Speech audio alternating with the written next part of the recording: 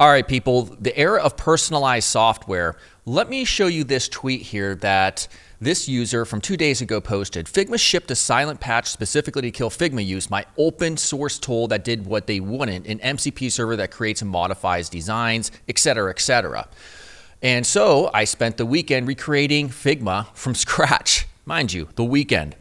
Open Pencil, it reads and writes Figma files, AI chat with full design tools, P2P collaboration with 0 servers, 7 megabytes app, no account, no subscription, 3 days, 1 developer, MIT license, openpencil.dev. So I DM'd this person and I just had to ask, Figma pissed you off, you decided to make your own Figma.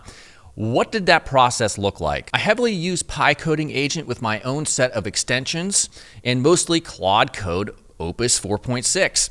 The workflow is quite simple. I start one, sometimes up to 3 work trees. And by the way, work trees are kind of like something that's becoming real popular with modern agentic coding because it allows multiple sub-agents to work on your project in different areas simultaneously and sit monitoring them, doing mostly real-time code review, and I often interrupt and add steering. I started by implementing the core, which is the scene graph, then the binary format, and then the features. First, I wanted to make a snappy, panable, zoomable UI, and then cover all the mandatory basics like primitives like frames and auto layouts. After that, as an experienced designer, I was guided by intuition and tried to do something useful, and when I got stuck, I added a new feature to the roadmap. What is this? Am I talking to a bot or what?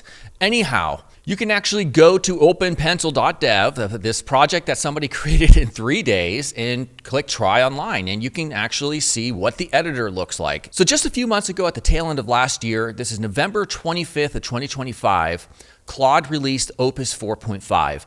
Now, if you ask most developers who are working with AI, that is the first model that is really solid in terms of being able to accomplish most things. And it's also the model that most developers say is better than your average developer. And since then, we've had a better model even with 4.6. We also have Codex and all these other models that just keep on getting better and better and better.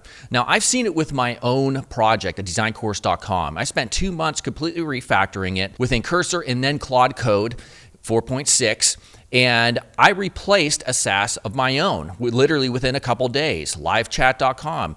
I made my own live chat, and guess what? I got to get rid of a SaaS that was costing me $500 per year. So this raises a very important question. What is going to happen to the value of software when a single person within 3 days can recreate something that is quite complex? Well, this is a Econ 101 type of situation.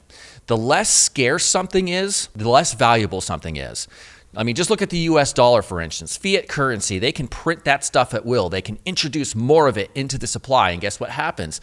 The prices of things start to go up. It's not because of greedy corporations. It's simply because the dollar is now worth less because people could just print it at will. What do you think is going to happen with software, or what is happening with software when people could just create it at will? The one thing that has made software so expensive and difficult in the past is because humans had to create it. And humans are inefficient. They're slower compared to AI by many factors, and they're costly. It took many years to become like a top-of-the-line coder, right? So now that everybody has access to these really intelligent coding models for like $20 a month, $100 a month, etc., software is now easier to produce. Therefore, it is less scarce. And when it's less scarce and we have more competition from everybody being able to create this stuff, the value comes down massively. If you're a software developer, this might scare you, right? Especially one working for one of these big companies, understandably so. But if you're a consumer, this is a 100% win. This is actually forward progress overall, even though there's going to be short-term disruption. It is objectively a good thing that anybody can create great software. Bottom line. So on one hand, you have to understand that if people can easily recreate your project, then that's going to be a big problem. The biggest differentiating factor is going to be, I would say, 2 different things. That's going to be your ability to market and actually get users. That's going to be the most valuable thing. And then also your implementation. That comes down to your UI and your UX. Most people still, even in the future, they're not going to want to spin up and try to reimagine their own app or their own version.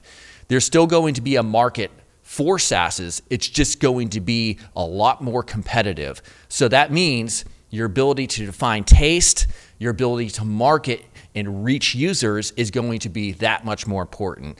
Now, going forward 5-10 years down the road, yeah, perhaps we reach AGI and ASI and everybody, your average Joe has access to the best marketer or whatever.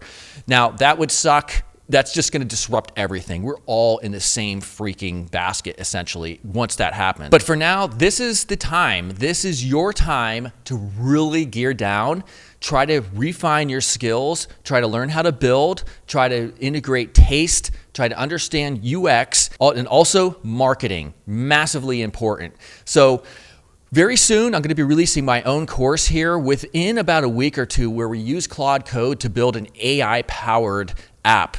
And we're going to do it from start to finish. So I hope that you all follow along with this because it's going to be so super cool. I'm excited about it. So hopefully you keep on checking out the channel. Make sure to subscribe. I thought this story was freaking interesting because it's aligning with what I'm seeing personally. I've already done it myself. People are replacing SaaSes and they're building their own personalized software. But again, it's just the developers at this point. So let me know what you think in the comments. Have you replaced any SaaSes or anything like that? Are you building your own personalized software? Many of you probably are. Most of you probably aren't. I'll see you soon. Goodbye.